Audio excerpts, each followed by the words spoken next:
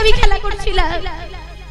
এই প্রভাতকালে হঠাৎ দরজা থেকে একটা চিৎকার এসেছিল, আর যেই না ভেবেছে চিৎকার এসেছিল, চিৎকারটা গেল বাবু বাবু গো বাবু, আমায় কিছু ভিক্ষা দাও বাবু। চমকে উঠলেন লালা বাবু, একই এই সেই বারান্দা, এই সেই প্রভাতকালে, এই সেই চিৎকার, না না না না না, আমার জীবনে কি সে অভিশাপ আবার ফিরে এলো? ছুটতে ছুটতে দরজার সামনে আজও বেরিয়ে এসে দেখলেন গলায় তুলসীর মালা, গায়ে রামাবলী, কাঁধে ভিক্ষার ঝুলি, লালাকে চন্দন। কে তুমি? কে তুমি? আমার দরজায় কেন? কি চাই তোমার এখানে? বলো কেন এসেছো? কি পরিচয় তোমার? ও বাবু, তুমি জমিদার হয়ে গেছো, এটা জানো না আমি কে? না, বলো বলো তুমি কে, কি তোমার পরিচয়? ও বাবু, তুমি জানো না যারা একবার ভিক্ষার ঝুলি কাঁধে নিয়ে দরজায় দাঁড়িয়ে পড়ে তাদের কি পরিচয় হয়?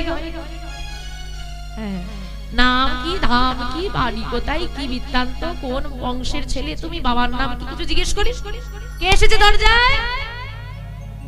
ও বাবু, যারা কাঁধে ভিক্ষার ঝুলি নিয়ে একবার দরজায় দাঁড়ায় তাদের তো একটাই পরিচয় হয়, তাই আমি কি কে জানো? বাবু গো,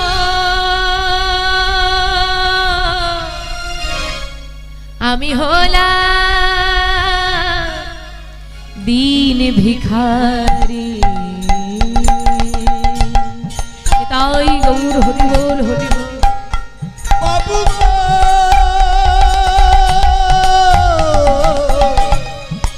আমি হলাম তিনি ভিখারি। বাবু গো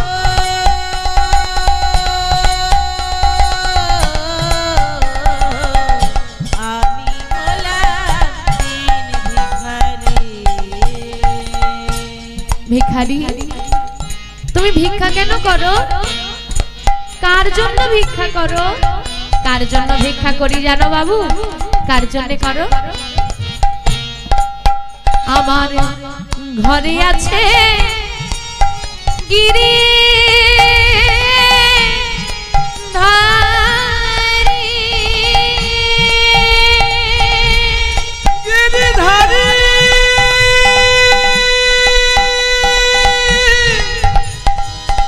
ও গিরিধারী, আমার ঘরে আছে গিরিধারী,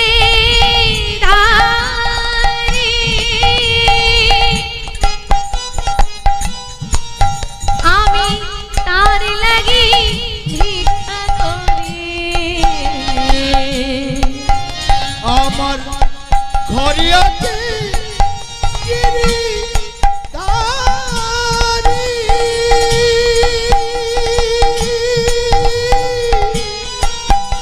আমি তার লাগি ভিক্ষা করি। বাবা মা, শুনতে বড় ভালো লাগছে। আচ্ছা, গিরিধারীর জন্য ভিক্ষা করো, তারপর কি করো? তারপর তারে সেবা দিয়ে পাই গো প্রসাদ। সেবা দিয়ে পাই গো প্রসাদ, সেবা দিয়ে পাই গো প্রসাদ, সেবা দিয়ে পাই গো প্রসাদ। এই তো আমার রীতি, আমি হলাম বীর ভিখারি। বাবু বিদায় গৌর হরি হরি আমি হলাম তিনি ভিখারি। বাবু আমি হলাম তিনি ভিখারি। তুমি গিরিধারীর জন্য ভিক্ষা করো? দাঁড়াও দাঁড়াও, আমি তোমাকে ভিক্ষা দেব, তুমি এখানে দাঁড়াও। আজও লালা বাবু ছুটতে ছুটতে জমিদারি বাড়ির মধ্যে প্রবেশ করে ধন ঐশ্বর্যে পরিপূর্ণ একটি উটলা বেঁধে নিয়ে এলেন। এই নাও ভিখারি, এই নাও। যেই না এগিয়ে দিলেন পোটলাটা ভিখারির দিকে, ভিখারি বলছে, বাবু এত বড় পোটলা নিয়ে এসেছো, কি আছে এর মধ্যে? এর মধ্যে সোনা দানা ধন ঐশ্বর্য অনেক অর্থ আছে, তুমি নাও। বাবু ঘরে কি এক মুষ্টি ভিক্ষা? এক মুষ্টি ভিক্ষা হবে? কি বলতে চাইছো তুমি ভিখারি? এক মুষ্টি ভিক্ষা দাও আমাকে, আমার এত কিছু লাগবে না। তুমি জানো এই অর্থ নিলে তোমার কি হতে পারে? কি হবে? কি হবে মানে? তুমি আমার মতো ধনী হয়ে যাবে, হবে গিরিধারীর বড় মন্দির, আরামাইশে কাটবে তোমার দিন, গিরিধারীকে আরো ভালো করে সেবা দিতে পারবে তুমি, তোমার জীবনে আর কোনো কষ্ট দুঃখ থাকবে না, যা চাইবে তাই করতে পারবে, তুমিও যে আমার মতো জমিদার হয়ে যাবে। কিন্তু বাবু আমি তোমার কোনো কিন্তু আর শুনতে চাই না, আমি তোমায় ভালোবেসে দিচ্ছি, তুমি নাও। ভিখারি নিতে চাইলো না, জোর করে লালা বাবু ভিক্ষার ঝুলিটা, অর্থ পরিপূর্ণ পোটলাটা আজকে ভিখারির মস্তকে তুলে দিলেন। ভিখারি কিছু বলতে না পেরে প্রণাম করে চলে গেল। কিছুটা দূর এগিয়ে এসে এদিক ওদিক তাকিয়ে দেখলো, এদিক ওদিক তাকিয়ে দেখে যখন কাউকে দেখতে পেলেন না, তিনি মাথা থেকে অর্থের বোঝাটা নামিয়ে পাশের জলাশয়ে সজোরে নিক্ষেপ করে দিলেন। আর যেই না নিক্ষেপ করেছে, মা লালা বাবু দেখতে পেয়ে চিৎকার করে বলে উঠলেন, ভিখারি, ওরে ভিখারি,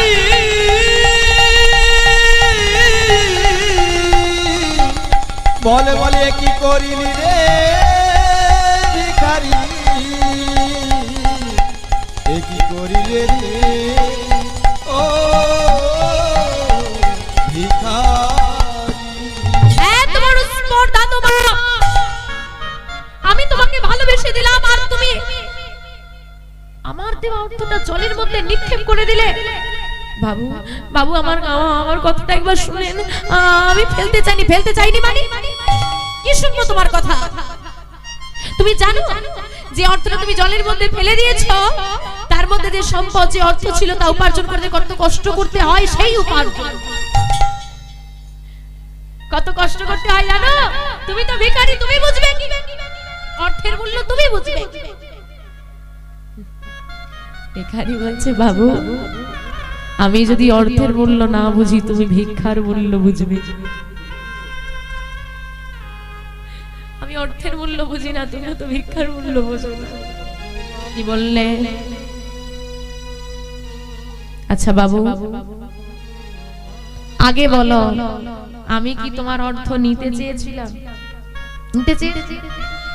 আমি তো নিতে চাই, তুমি জোর করে আমাকে বাধ্য করেছো নিতে। আমি ফেলতেও চাইনি বাবু, আমার গিরিধারী জোর করে বাধ্য করেছে ফেলে দিতে। তাই গৌর হরি। তোমার গিরিধারী বলল? হ্যাঁ। কি বলল তোমার গিরিধারী? কি বলল জানো বাবু?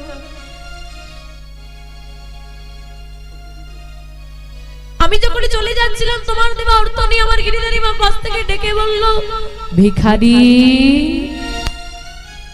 তুইও কি আবার লালার মতো ধনী হতে চাস? কেন?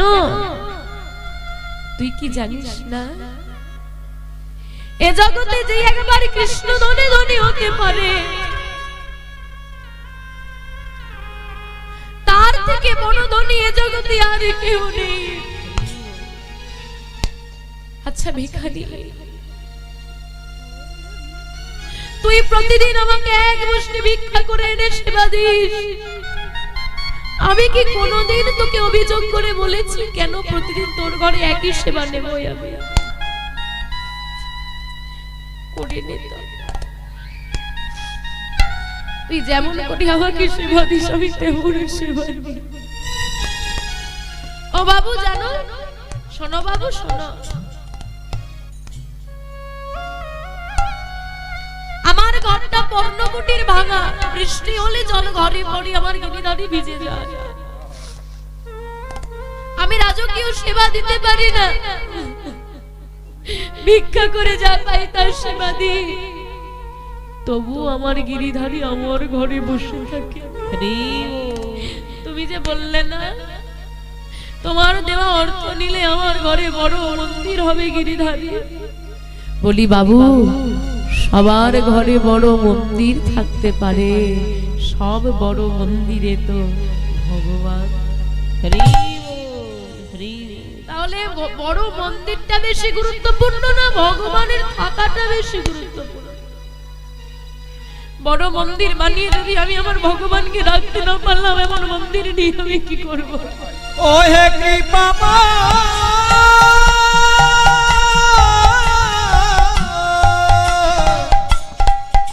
ও হে দয়া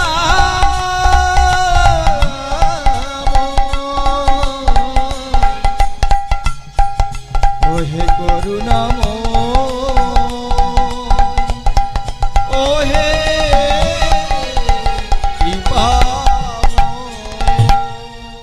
বাবু আমার এক মুষ্টি ভিক্ষায় যদি আমার গোবিন্দ সন্তুষ্ট থাকতে পারে, আমার ভাঙা কর্ণ কুটিরে যদি আমার ভগবান ভালো থাকে, তাহলে বলতে পারো বাবু আমার থাকতে কিসের কষ্ট? এ জগতে আমার থেকে বড় ধনী কেউ নেই, যার ঘরে ভগবান থাকে তার থেকে কি বড় ধনী কেউ হতে পারে? অমাইরা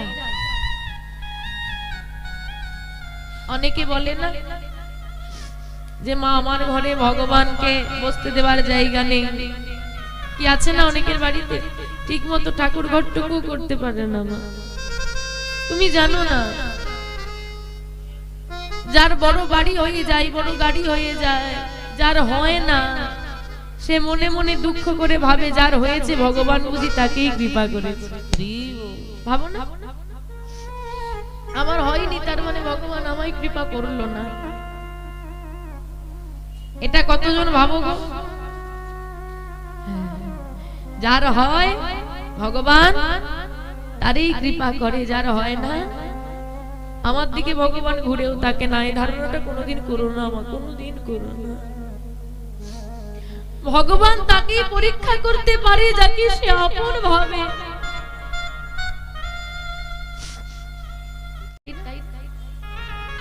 এই যে তোমাদের পাশে বাচ্চাগুলো বসে আছে, দুষ্টুমি করলে তুমি মারতে পারবে? মারতে পারবে না, কারণ সেটা পরের বাচ্চা, পরের ছেলে। যদি নিজের সন্তান হয় শাসন করতে পারবে, বকতে পারবে, মারতে পারবে। আমার নিজের ভগবানও যাকে নিজের ভাবে, ভগবানও যাকে আপন ভাবে তাকে বড় শাসন করে, তাকেই পরীক্ষা করে, তাকেই কষ্ট দেয়। যে পর হয় তাকে কি আর শাসন করা যায় না? তাই আমাকে আমার গিরিধারী ডেকে কি বললো জানো? আয় ভিখারি আয় রে ফিরে ফিরে আয়, ভুলে যাস না মোহ ভরে। আয় ভিখারি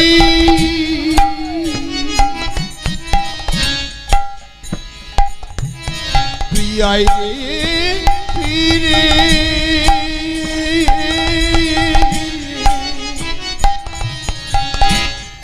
ভুলে যাস না মায়া ঘরে। তোর গোবিন্দ সেবা বেলা বয়ে যায়,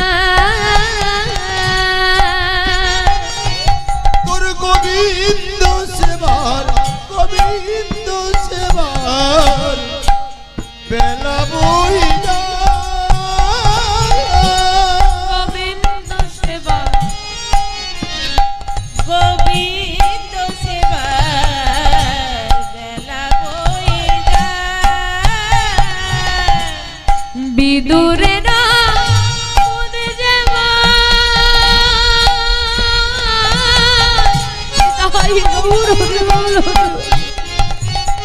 তোর ভি আর আনন্দ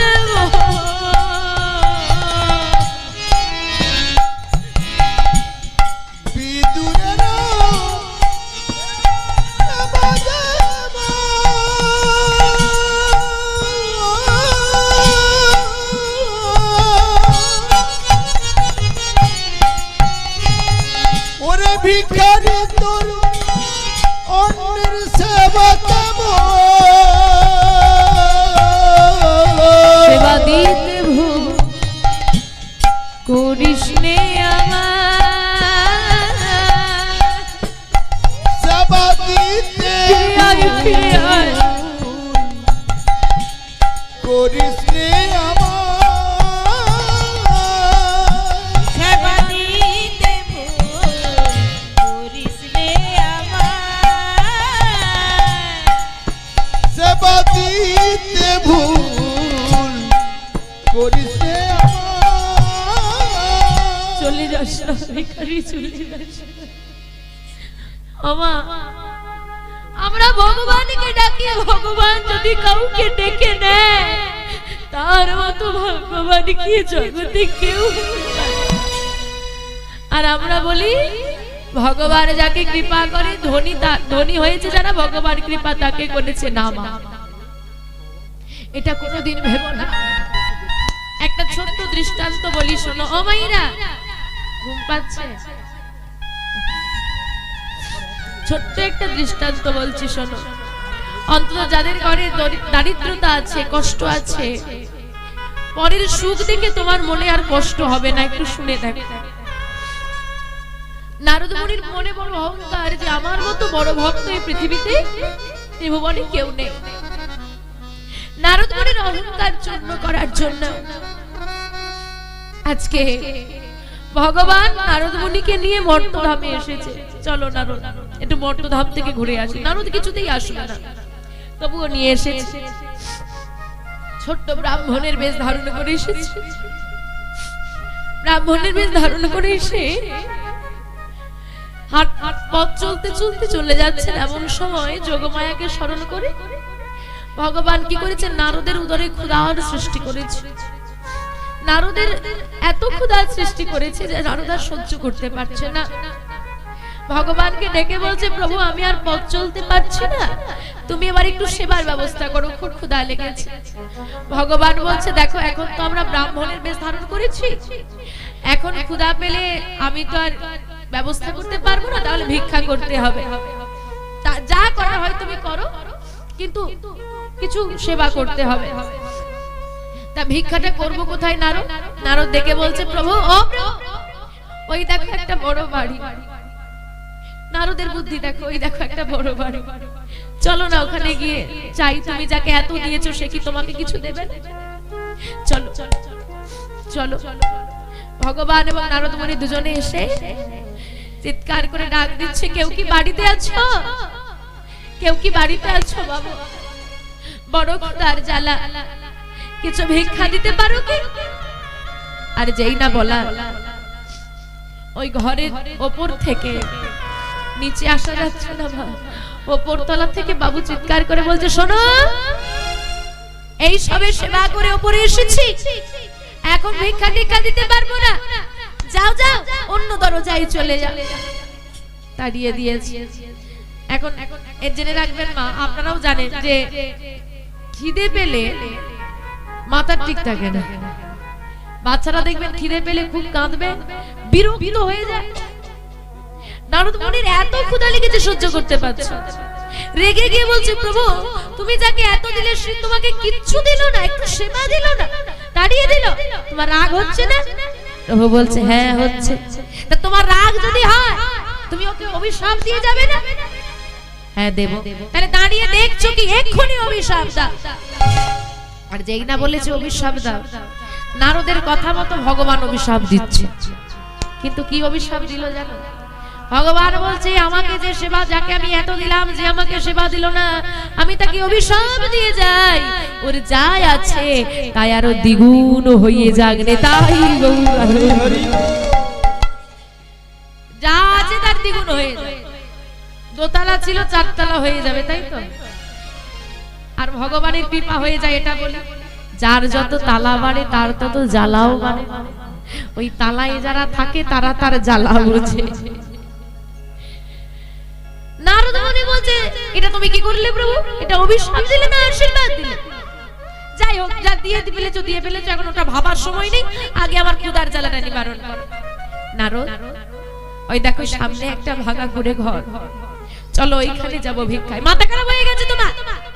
যার এত বড় বাড়ি, এত আছে, যে তোমাকে দিল না, যার কিছু নেই, ভাঙা ঘর, নিজেরই কিছু নেই, তোমাকে কি দেবে শুনি? আচ্ছা নারদ, তোমার কথা শুনে আমি এক জায়গায় এলাম, আমার কথা শুনে তুমি এক জায়গায় চলো। ঠিক আছে চলো।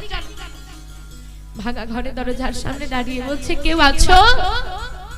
এক বুড়িমা লাঠিতে ভর করে এসে দাঁড়িয়েছে। ও বুড়িমা, কে বাবা তোরা? আমাদেরকে তুমি চিনবে না। বলি বুড়িমা, ঘরে কি কিছু আছে একটু সেবা দিতে পারো? ঘরে তো কিছু নেই রে বাবা। তাহলে কি হবে, চলে যাব? না না, চলে যাবি কি রে, ঘরে আয়। মা বলে ডেকেছিস, মা বলে যদি কেউ ডাকে সন্তানের বদনে কি একটু আহার তুলে দেওয়ার মতো ক্ষমতাই হতো ভাগিনী মায়ের নেই। আয় না।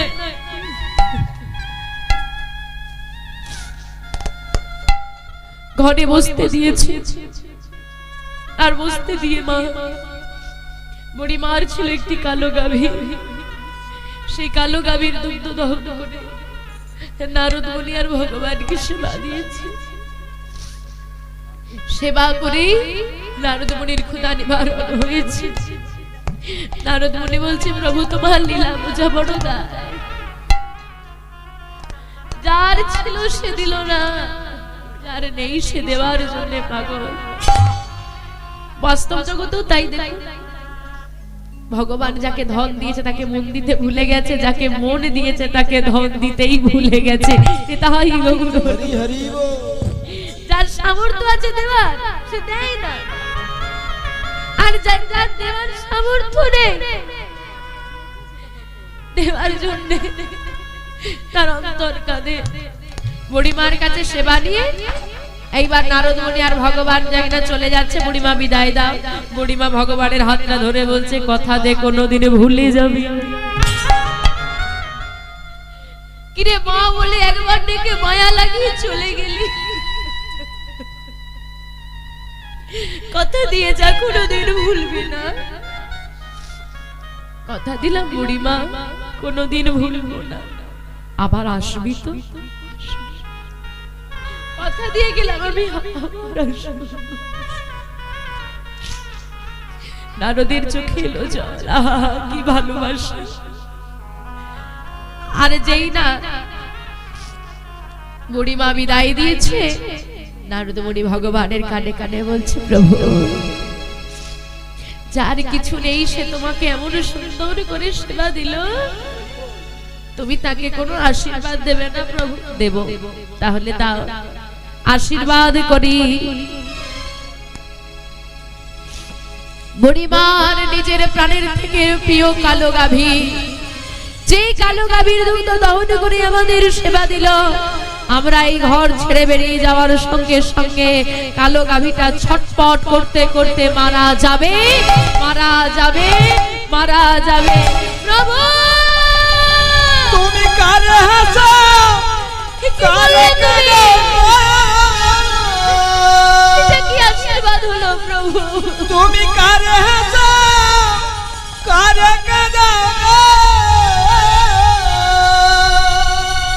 তোমার লীলা বোঝা দাও। হৃদয় দয়াল হরি তোমার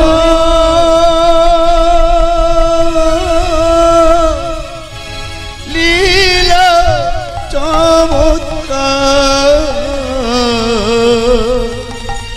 দয়াল তোমার লীলা চমৎকার।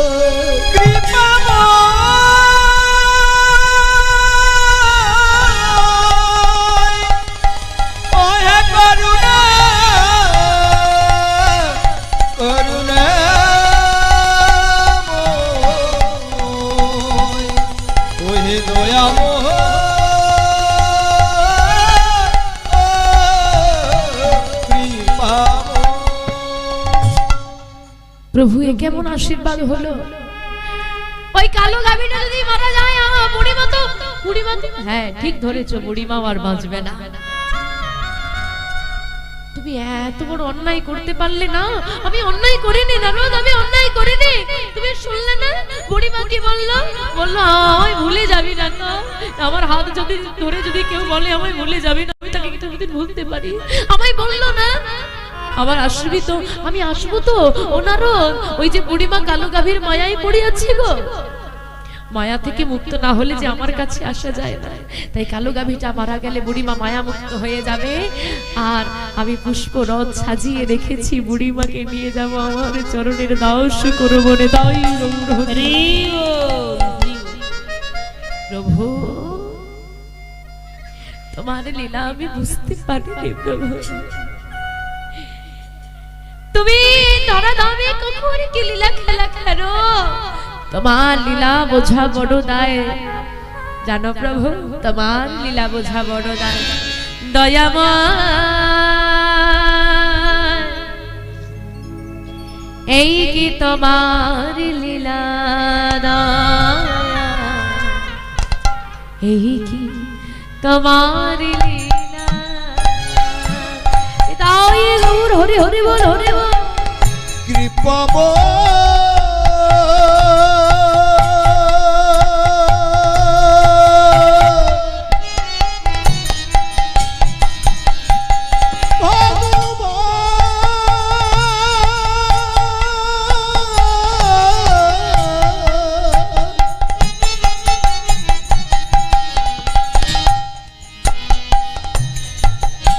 এই কি তোমার লীলা দয়া, এই কি তোমার লীলা।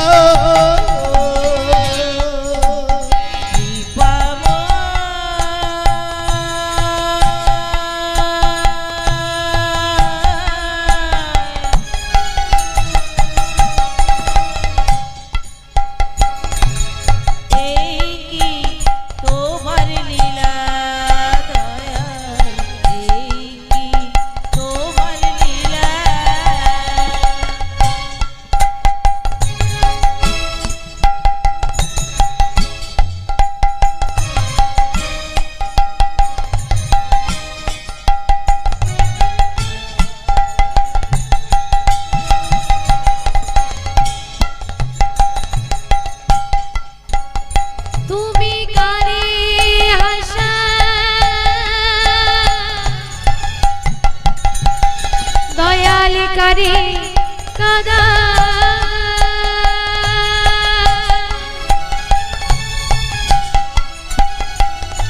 দয়াল করে আশা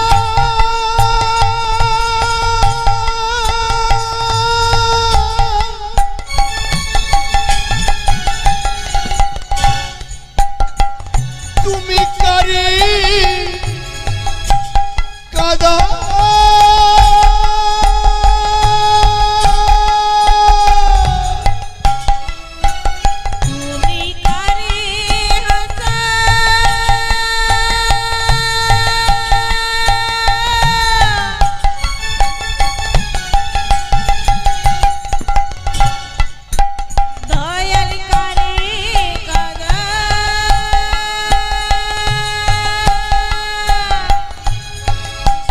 কারি করো অবহেলা এই কি তোমার লীলা দয়া দাই গৌরী সীতানাথ হরি হরি পাবো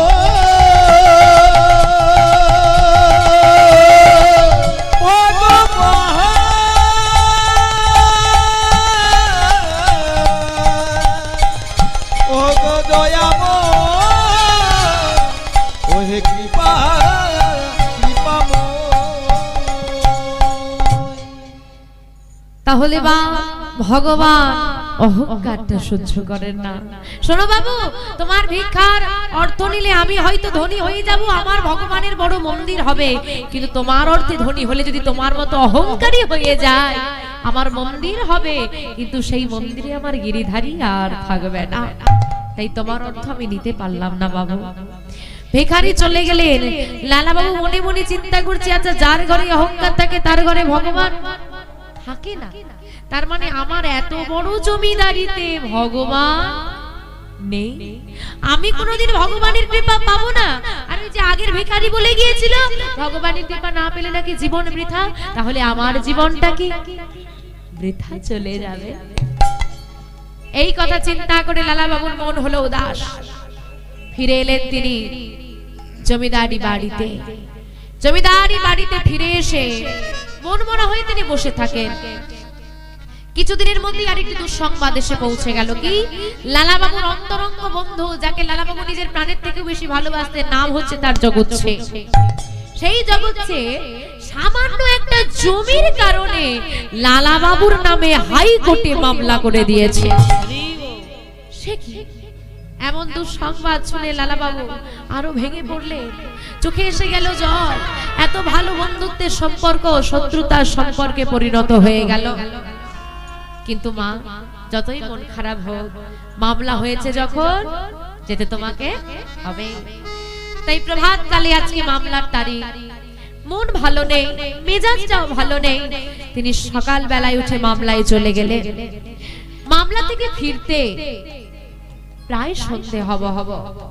এমন সময় সন্ধে বেলা লালাবাবুর জমিদারি বাড়িতে একটা 7 বছরের মেয়ে, কাজের মেয়ে, দাসী, মেয়েটার নাম হলো সুমতি।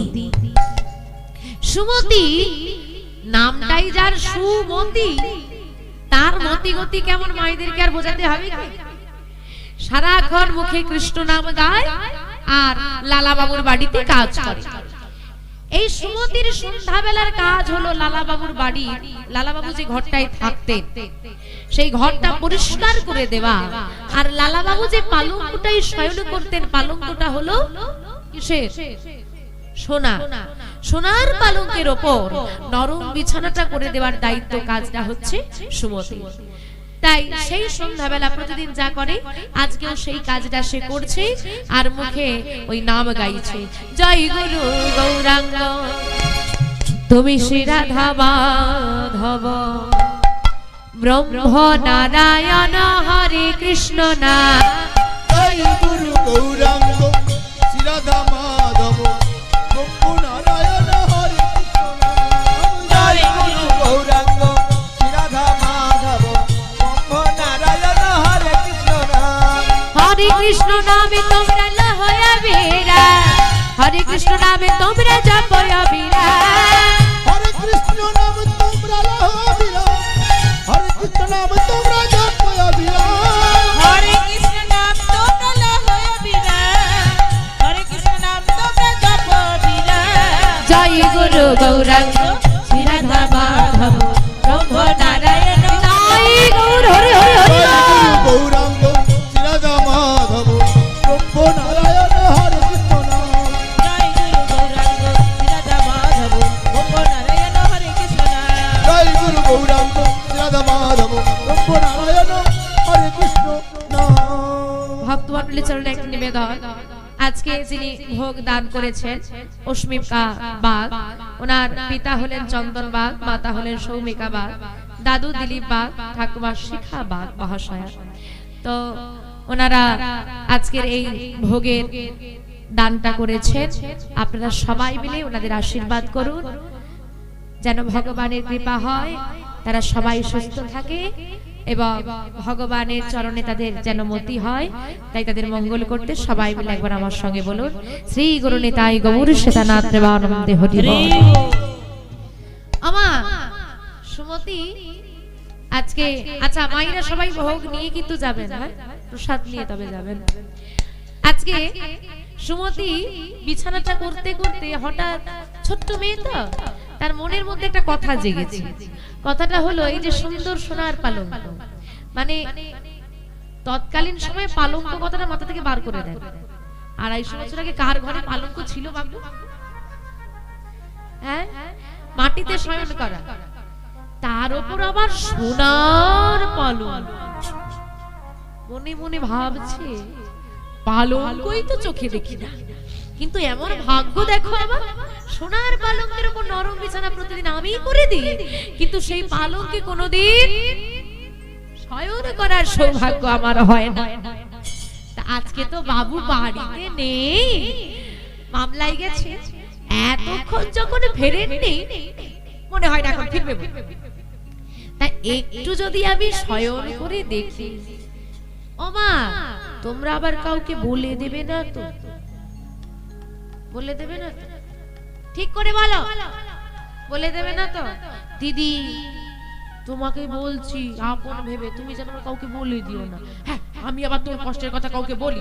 বল কি হয়েছে, আমার কাছে বলতো। আমার কাছে বলবি না, কার কাছে বলবি? ওই যেই না বিশ্বাস করে বলে দেওয়া, হ্যাঁ গো কতখান গোপন থাক,